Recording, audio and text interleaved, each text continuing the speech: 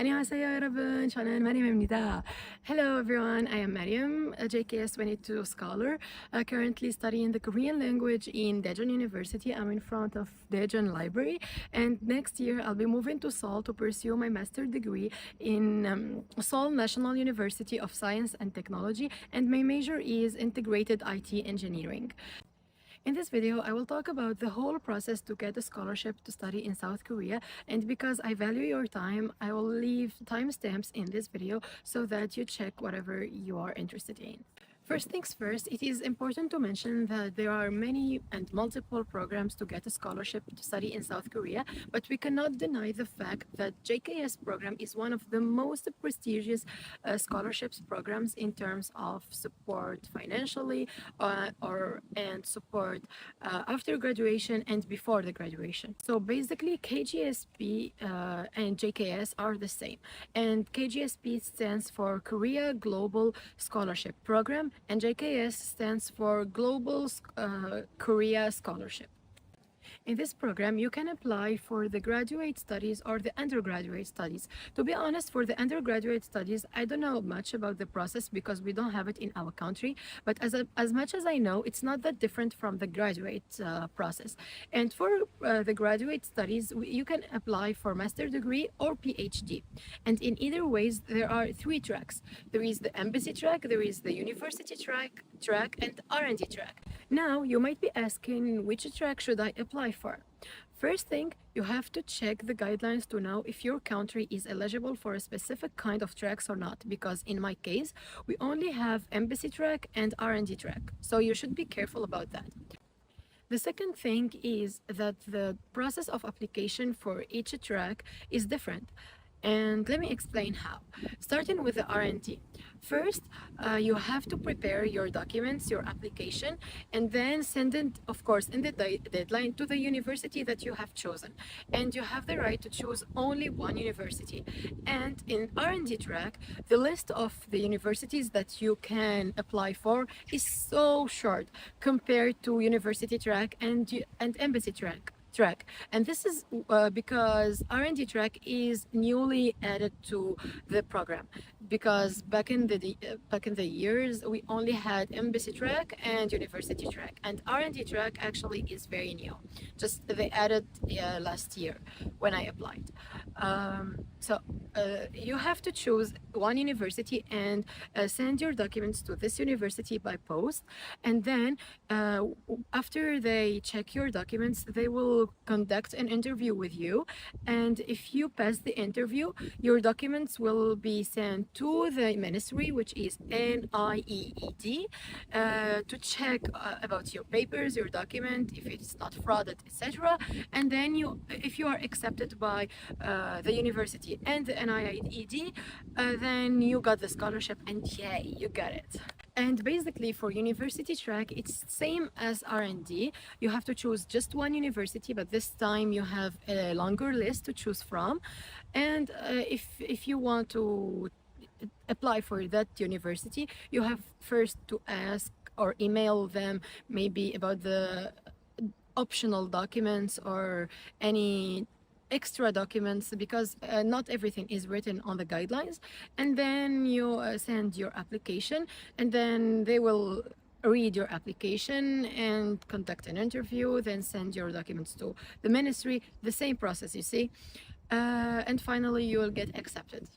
Now for the embassy track, which is totally different from R&D and university track. Actually, in the embassy track, you can and you have to choose 3 universities at least, and the list of universities are divided to type A and type B. Type A stands for like universities that are based in Seoul, and type B universities are mostly in the regional area of South Korea.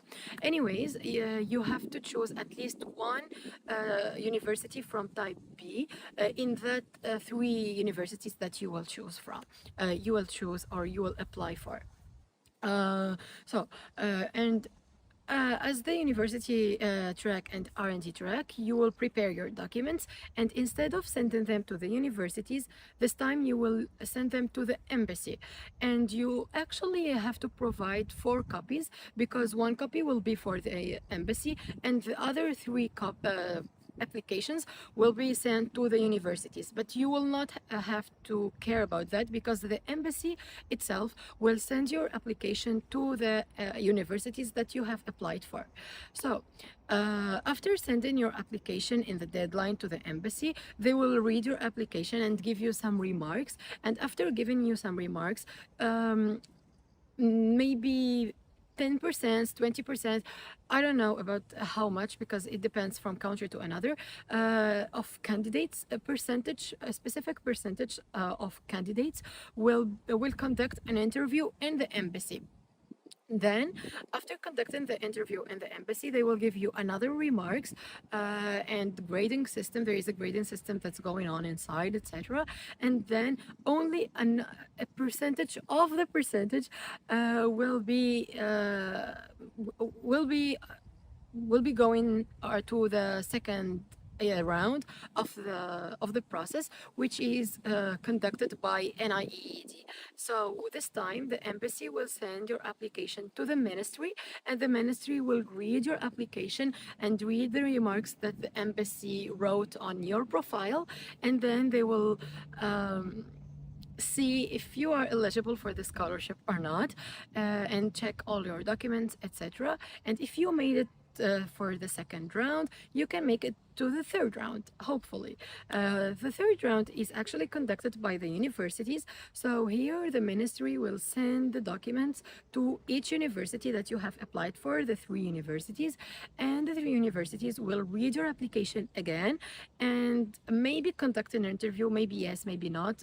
Each university has its own way of doing that. So for my case, I had interviews with 2 universities of my choices.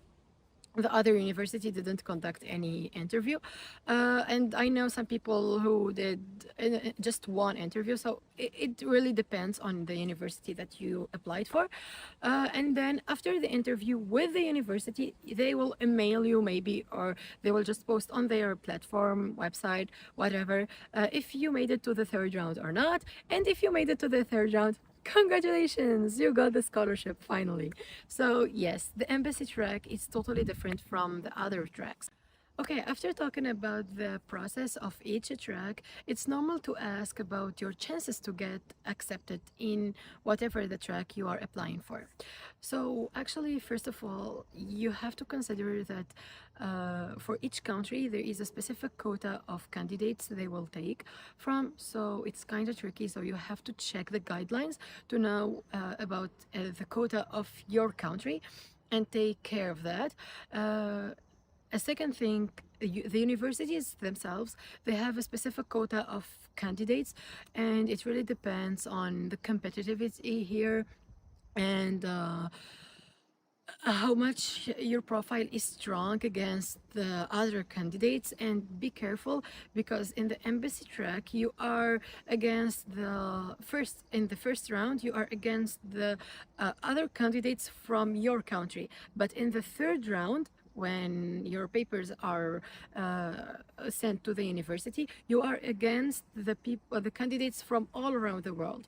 This is for embassy track. And for R&D/university track, from the first time you are against the candidates from all around the world. So here the difference between the tracks, and you should be careful about that to know your chances to get accepted in a specific university. If it is like, for example, Sky University, which is Seoul National University, Korea University, and Yonsei University, and PNU, etc., they are really competitive, and many candidates want to join such universities, so you have to be careful about your choices. The third thing, is it the third? Maybe. The third thing that you have to care about is your profile.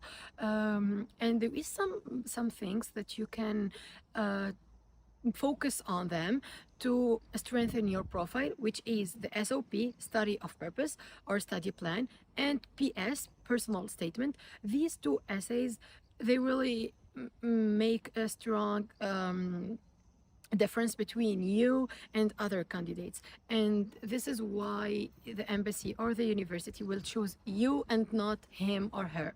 So take care of that. Write good essays, focus on how you are gonna benefit Korea. This is the key point, and ask yourself why Korea needs you, why this university will choose you, why the embassy will choose you against or among 10 or 12 or 10,000 or whatever candidates. Why you? Why not he or she? So if you answer to these questions, you will definitely write a good essay, and you should convince them. And a key point for that, maybe you don't know the term of personal branding. If you know it, that's fine. If you don't know it, just Google it. You have to know about that. And here, personal branding is so important in your essays. It's not only actually in JKS program or these essays, but in general in your whole life, you have to know how to personal brand yourself to get a good job or a good internship or whatever.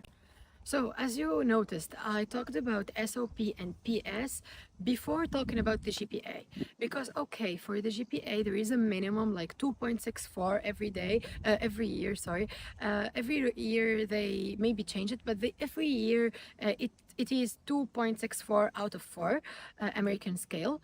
But it's not that important. The GPA, I know it's important, but PS and SOP is more important than your GPA. So even if your GPA is kind of low, don't worry, just do your best and try. You are losing anything. After all, you are not losing anything. So yes, do it. Okay, I talked about the guidelines many times, so here where you can find the guidelines.